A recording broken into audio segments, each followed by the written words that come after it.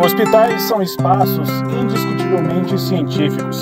Através de pesquisas testadas e comprovadas, são desenvolvidos tratamentos terapêuticos de todos os tipos. Seja qual for sua área de atuação, se você atua na assistência a um paciente internado em um hospital, seu método é baseado em ciência. Mas certamente você ouviu ou conhece histórias de pacientes com doenças graves que conseguiram se recuperar e retomaram suas vidas normalmente. É possível explicar esses casos por meios que não os científicos? No episódio de hoje, vamos falar da única forma de tratamento que não se baseia na ciência, a fé.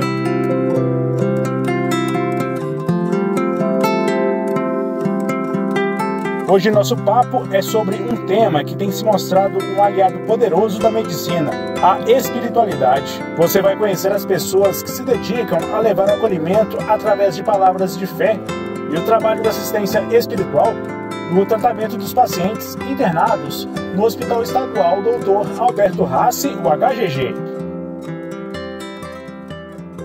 Eu sou Alex Maia, jornalista da Assessoria de Comunicação do Instituto de Desenvolvimento Tecnológico e Humano, o IDTEC, instituição responsável pela gestão do Hospital Estadual Dr. Alberto Rassi, uma unidade do Serviço Público de Saúde do Estado de Goiás.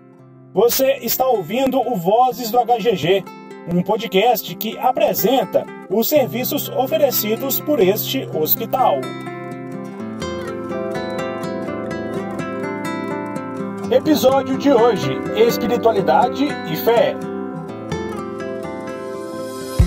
O Hospital Estadual Dr. Alberto Rassi apresenta Vozes do HGG. Informação, histórias de pacientes, entrevistas com nossos profissionais sobre tratamentos, formas de prevenção. Um podcast do Serviço de Saúde do Estado de Goiás, produzido pela Assessoria de Comunicação do IDTEC. Olá, sejam bem-vindos a mais um episódio do Vozes do HGG. Hoje o podcast te apresenta o Programa de Assistência Espiritual do HGG, os voluntários e as histórias que fizeram parte desse projeto. Criado em 2013, quando o Instituto de Desenvolvimento Tecnológico e Humano, o IDTEC, assumiu o HGG, o Programa de Assistência Espiritual e Serviço de Capelania faz parte do rol de ações de humanização promovidas na unidade. Esta iniciativa, em específico, reúne voluntários de diversas crenças para oferecer apoio espiritual a pacientes e acompanhantes que enfrentam momentos desafiadores. Com cultos e missas mensais, além de visitas nas enfermarias, a equipe se dedica a proporcionar conforto espiritual, oração e palavras de esperança. Em 2025, para celebrar os 12 anos do trabalho de assistência espiritual na unidade, o HGG promoveu o primeiro workshop de espiritualidade e fé, uma forma de reconhecer e valorizar o trabalho sensível e essencial realizado pelos voluntários do programa. O coordenador do projeto, Walter Paulo Duarte, destaca que, desde a implantação, foi percebido o impacto positivo da espiritualidade no processo de acolhimento e cuidado integral dos pacientes. A partir de agora, ele nos dá detalhes sobre a ideia deste primeiro workshop e como funciona a capelania do hospital. Walter, me explica o que é o evento de hoje, o que é esse workshop voltado para os voluntários da capelania? Bem, o workshop é um evento promovido para trazer uma capacitação para os voluntários atuantes aqui no HGG, no segmento de assistência espiritual. Esse workshop ele tem como objetivo trazer uma promoção, uma interação entre os voluntários, porque como eles vêm aqui para visita, não tem esse momento de interação entre eles. Uma capacitação também na forma de abordar, os pacientes sem ferir a religião de cada um. E neste tópico aí a gente aborda uma temática entre a diferença da religiosidade e a espiritualidade. Como é que funciona a capelania aqui do HGG? Como é que funciona esse serviço de voluntariado? A capelania aqui no HGG, ou a assistência espiritual, ela funciona de segunda a sexta-feira, através da coordenação de capelania, assessorando os voluntários que vão de 2 em 2 aos leitos, às enfermarias, das clínicas cirúrgica, médica, UTI, transplante, e ali faz uma abordagem espiritual, na qual ali a pessoa ora por aquele paciente, a pessoa ali faz uma leitura bíblica, ou talvez a pessoa tenha apenas ouvir o paciente naquilo que ele quer expressar, sem ferir a religião de qualquer que seja a pessoa que está ali internado. Além desse serviço de voluntariado, o HGG também promove cultos, missas, enfim, celebrações religiosas para os pacientes e também para os colaboradores. Como é que funciona essa questão? Sim, o HGG ele promove 2 eventos mensais. Um é uma missa e o outro é um culto evangélico, que tem uma diferença de um para o outro de 15 dias. Né? A gente tem um projeto agora também de colocar as palestras espíritas, né, através do coordenador do segmento espírita aqui, o Dimilson. Então a gente vai tentar intercalar esses 3 eventos aqui a cada 10 dias. Né? Como é que você enxerga a fé no tratamento dos pacientes? O quanto isso, e você pode até dar testemunhos do que você já viu todo esse tempo de trabalho de capelania aqui no HGG, do quanto isso é importante também para o tratamento que agrega na ciência, né? A fé tem agregado na ciência aqui no HGG. Como é que funciona? Essa parte de assistência espiritual do HGG é justamente isso, é para proporcionar ao paciente internado um estímulo à fé, porque a gente bem sabe que a fé é a única forma de agradar a Deus, conforme está nas Escrituras. E muitas vezes a pessoa ali depende de uma palavra para despertar isso que já Deus colocou dentro dela, que é a fé. A fé é muito importante, porque há momentos na nossa vida que não há recursos mais financeiros, não há recursos médicos, não há nenhum recurso de assistência humana. Então, naquele momento ali, há uma necessidade da gente usar essa ferramenta que é a fé. Mas mesmo não tendo nesse momento crítico, é importante que a fé ela vá alavancar, né? Ela vai te fortalecer a enfrentar qualquer circunstância na sua vida. Então, assim como o alimento ele é para o corpo, o remédio também para fortalecer, né, a parte física do ser humano, a fé é o elemento necessário para fortalecer o espírito daquela pessoa. Né? A gente tem vários voluntários aqui na HGG que já fazem um trabalho já há vários anos. Tem uma forma da pessoa se tornar voluntária aqui na HGG? Como é que ela pode ser também, fazer parte aqui da capelania, desse trabalho voluntário junto aos pacientes? Olha, Alex, sempre a gente é perguntado a respeito disso, sempre a gente é procurado para que essas pessoas, como pode fazer para ingressar aqui. O HGG ele procura promover pelo menos uma vez no ano, né, o ingresso de novos voluntários. É uma capacitação para abordagem de assistência espiritual dentro do HGG, é uma formação de capelania dentro do HGG, e nesse ingresso a pessoa é capacitada para fazer essas abordagens. Então, isso acontece geralmente no final de semana, num sábado, das 8 da manhã às 5 da tarde, né, um dia só. A pessoa só basta ter interesse. Sempre é promovido através das redes sociais, através das mídias, este curso. A gente faz uma vez no ano, de preferência no segundo semestre. A gente prevê que neste ano saia lá para outubro ou novembro. Então, para finalizar, Walter, mesmo que a pessoa tenha boa vontade, queira ser voluntário, é preciso também passar por algum tipo de um treinamento para que consiga lidar com os pacientes. Como é que funciona esse treinamento? No que ele é focado? Essa capacitação é para a pessoa saber como lidar num ambiente hospitalar, né? Porque ela vai chegar, vai visitar pessoas, então a gente vai capacitar ela a não ser uma pessoa religiosa, mas espiritual, porque a religiosidade muitas vezes vai entrar em conflito quando ela encontrar outra pessoa de uma religião distinta dela. Mas quando ela vai aprender uma abordagem mais espiritual, ter mais, como se diz, empatia com o próximo, então ela vai ter uma forma de lidar de modo que ela vai ter mais sucesso, mais produção nas abordagens aqui no HGG. Como foi reforçado pelo Walter, a presença desses voluntários com suas palavras de fé, empatia e escutativa tem sido um diferencial importante na humanização do atendimento oferecido na unidade. O primeiro workshop de espiritualidade e fé foi um marco para o HGG. O evento reuniu os voluntários, os colaboradores do hospital e também líderes religiosos. Na programação, apresentações musicais, palestras sobre fé e a perspectiva científica, testemunhos de vida e dinâmicas de grupo. Entre os participantes, o missionário da Igreja Católica Sérgio Pereira Arocas. Na ocasião, ele compartilhou um testemunho de superação, a cura do câncer de sua filha. Olha, eu estou muito feliz de ter essa oportunidade de estar aqui, receber esse convite. Como é importante unir hoje espiritualidade, fé com a ciência, com a medicina. Então, poder estar aqui, trazer um pouco da minha experiência, do meu testemunho para essas pessoas, me edificou muito. A gente sai daqui melhor, a gente sai daqui com muita alegria no coração e com essa certeza, né? Eu que passei por uma dificuldade tão grande com a minha filha, que teve um câncer e que a gente, graças a Deus, conseguimos a cura. Então a gente sabe como as pessoas sofrem diante de uma doença, diante de uma perda, diante de um sofrimento físico, né? Então poder ajudar essas pessoas, poder levar um pouco de paz, falar um pouco de Deus, isso faz muita diferença.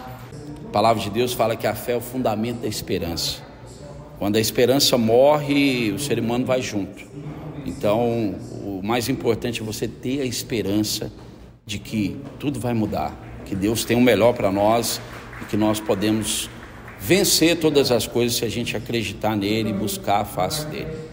O HGG entende que, além do tratamento médico, os pacientes e seus familiares precisam de apoio emocional e espiritual para enfrentar momentos delicados da vida. Esse serviço respeita todas as crenças e valores e é oferecido de forma aberta e inclusiva. Para isso, o hospital conta com o apoio de voluntários. A aposentada Avelina Ribeiro é uma delas. Há 10 anos, ela visita os leitos da unidade e conta o quanto se sente realizada pelo trabalho desenvolvido. Já faz 10 anos que eu faço esse serviço aqui e eu me sinto muito bem mesmo. É tão gratificante que eu sempre falo assim, quem ganha somos nós, não os pacientes.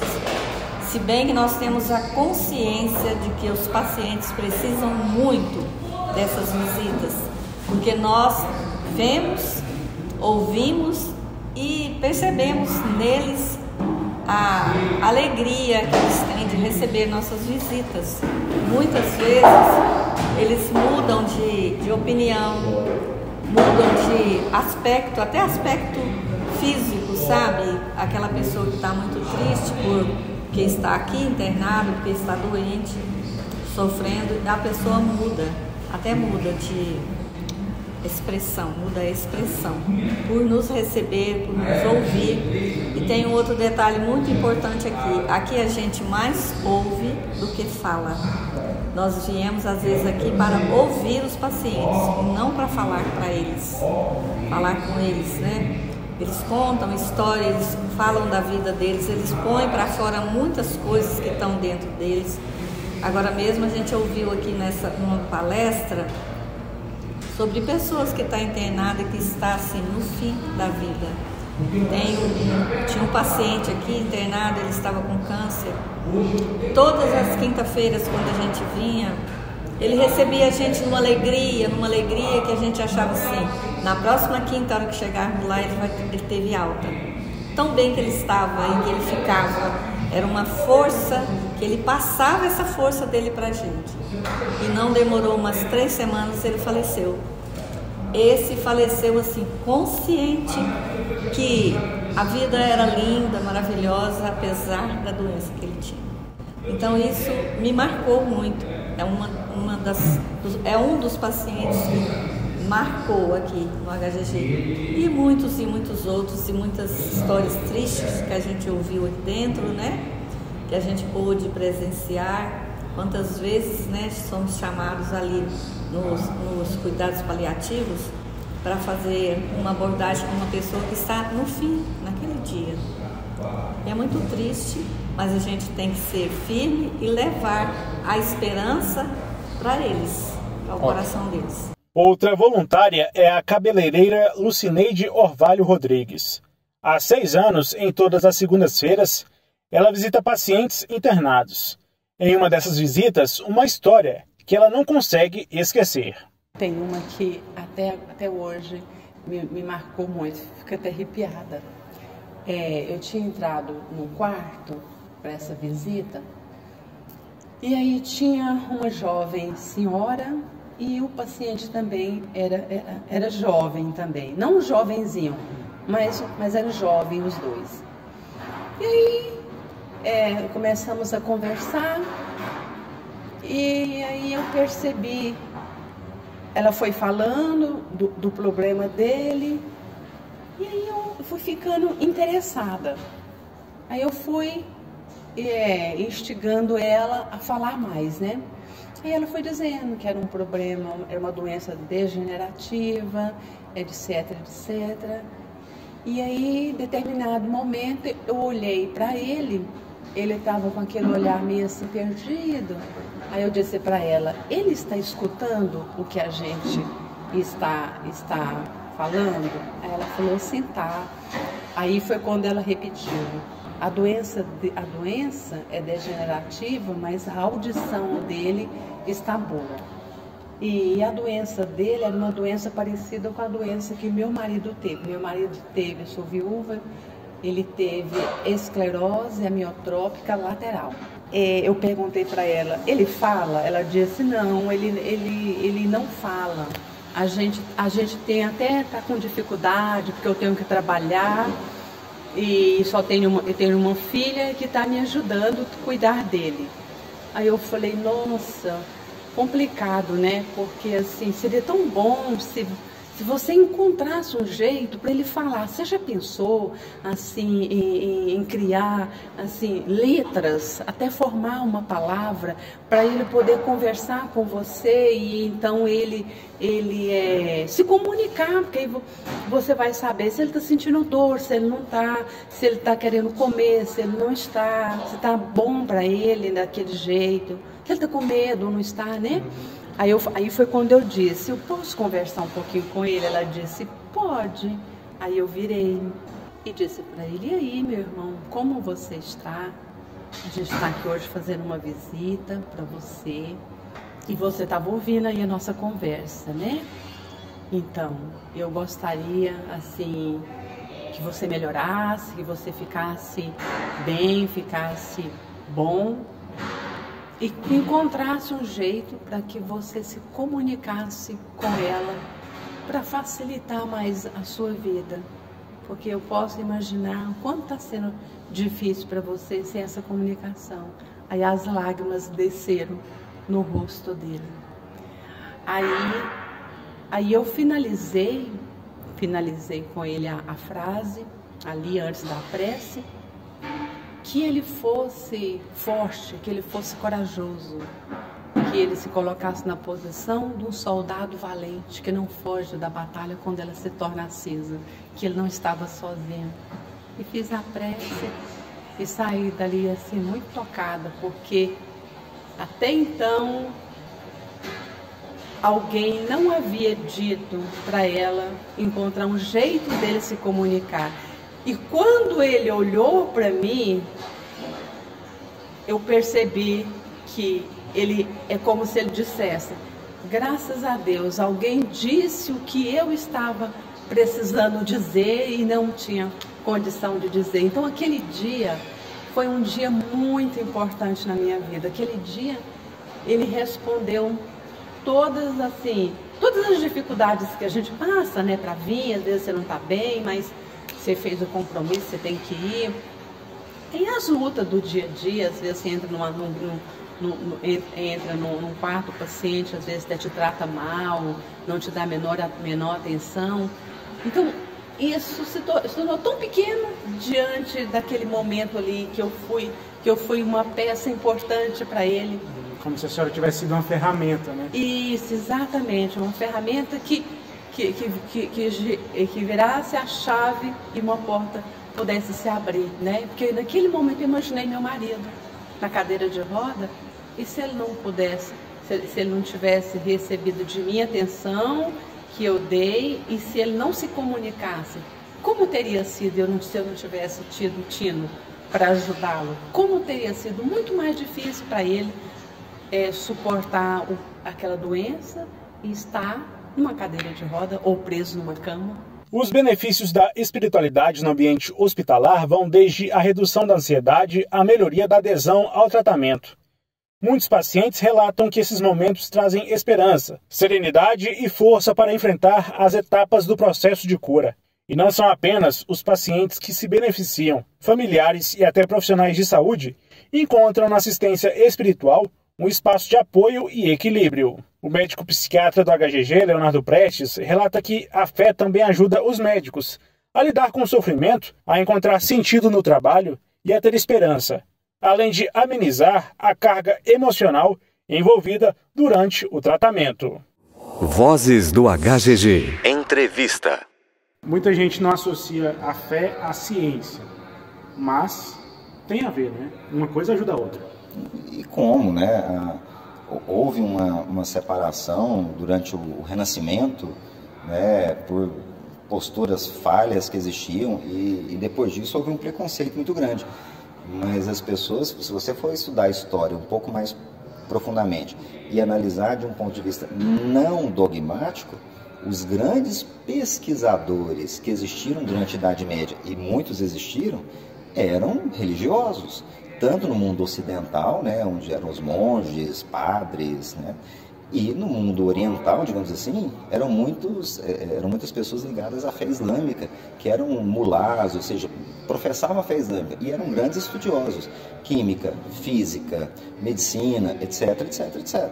Então, essa divisão que foi criada a partir de 1600, 1500, não tem a menor razão de ser, né? Muito pelo contrário, né? O Papa João Paulo II, né, disse, né, que a fé e a ciência são duas asas que nos levam ao sagrado, nos levam a Deus. Então não faz sentido.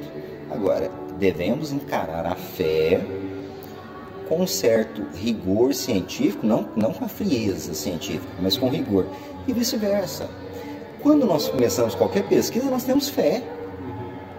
É fé, eu tenho que ter fé que aquilo pode ser bom, eu tenho fé que aquilo pode ser ruim. É lógico que eu baseio a minha fé técnico-científica em dados, em literatura, né? No que eu leio, no que eu aprendo.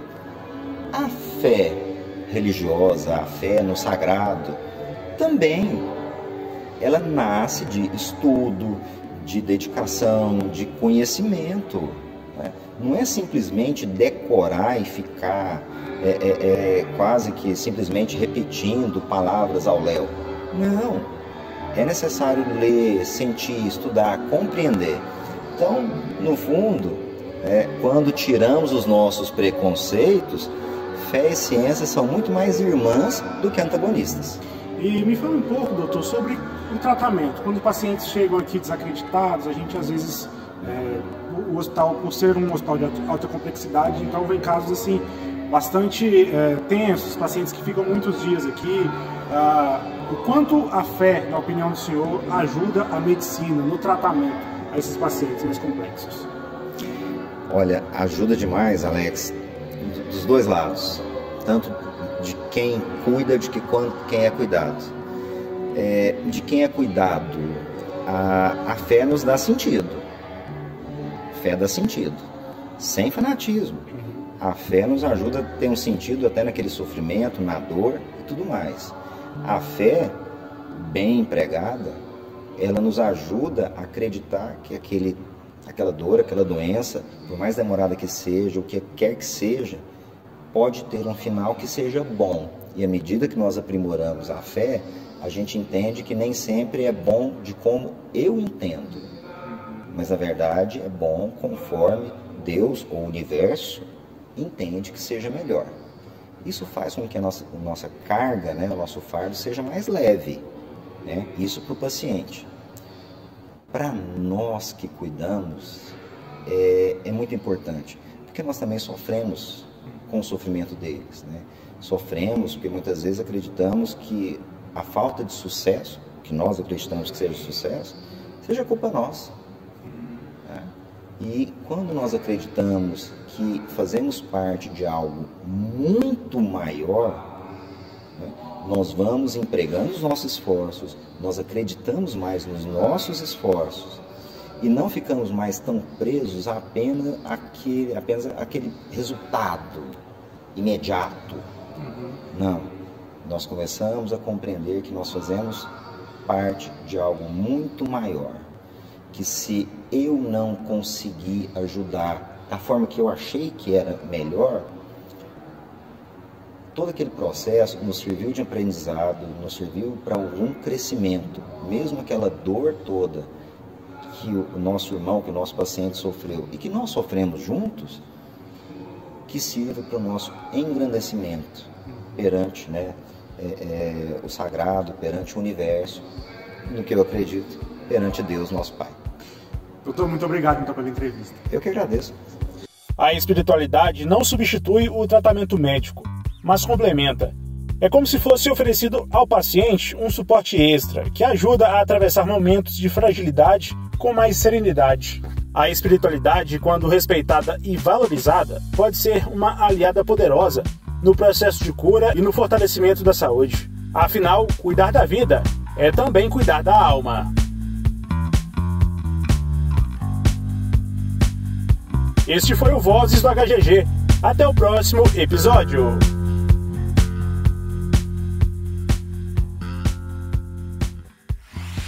Você ouviu Vozes do HGG. Acesse hospitalalbertorraci.org.br.